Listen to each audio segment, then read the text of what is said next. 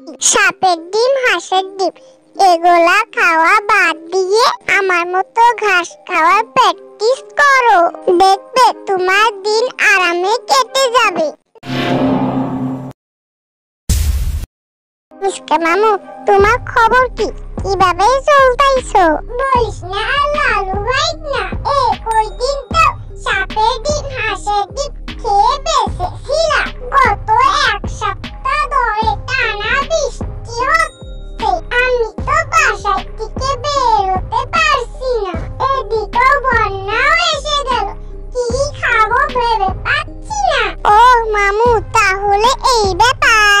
আমি তোমাকে একটা ফ্রি পরামর্শ দিচ্ছি। সাপের ডিম, হাঁসের ডিম এগুলা খাওয়া বাদ দিয়ে আমার মতো ঘাস খাওয়ার প্র্যাকটিস করো। দেখবে তোমার দিন আরামে কেটে যাবে। লালু ভাই না, পরামর্শ তো ভালো দিয়েছি, কিন্তু আমাদের বংশতে ঘাস খাওয়ার অভ্যেস নাই, সেজন্য তোর পরামর্শটা নিতে পারলাম না। লালু ভাই না, ভালো থাকিস, আমি আসি। গরিবের কথা বাসি হলে মিষ্টি হয়। ফ্রিতে একটা পরামর্শ দিছিলাম, বুঝলে না? থাকো তোমার বংশের পরম্পরা নিয়ে। মা, বাবা প্রবাস থেকে কবে ফিরবে? আমার না বাবাকে ভীষণ দেখতে ইচ্ছা করছে।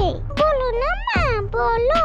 মন খারাপ করিস না মামুনি, তোর বাবা তো গেছে 3 মাস ধরে। 1 বছর না হলে তো তোর বাবা ফিরে আসতে পারবো না। 1 বছরের ভিসা নিয়ে গেছে প্রবাসে। মা, বাবাকে আসার সময়ে আমার জন্য আম, কাঁঠাল, আনারস এগুলা আনতে বলবে। মামুনি, তুই চিন্তা করিস না, আমি তোর বাবাকে অবশ্যই বলবো, কারণ আমাদের একটি মাত্র সানা। যোগ্য, দৈনিক তোমার সাথে ঝগড়া করতে আমার ভালো লাগে না। দেখো তো, আমার বান্ধবী টুনির স্বামী প্রবাসে গিয়েছে টাকা উপার্জন করতে, আর তুমি বসে বসে খাও, আমার সাথে ঝগড়া করো। এগুলা প্যারা নিতে আর আমার ভালো লাগে না। তুমি যেকোনো একটা ব্যবস্থা করো, না হলে আমি আমার বাবার বাড়ি চলে যাব। হ্যাঁ, তোর তো খালি একটা রিংটোন আছে, বাবার বাড়ি চলে যাওয়া। টুনির স্বামী টোনা আর আমি একসাথে শ্রমিক ভিসা অ্যাপ্লাই দিয়েছিলাম। টোনার ভাগ্য ভালো, ওর ভিসা এসে গিয়েছে, তাই সে প্রবাস যেতে পারছে।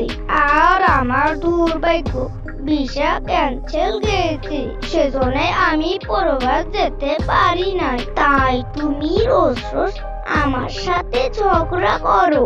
এখানে দেখো তো, আমার কোনো দোষ আছে নাকি?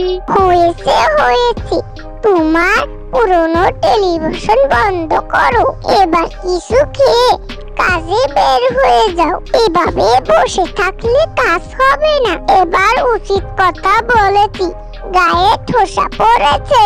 ঠিক আছে, আমি হাত মুখ ধুয়ে আসছি, তুমি টেবিলে খাওয়া লাগাও। Hi guys, I am Ozida. I hope everybody is fine. Please watching my complete video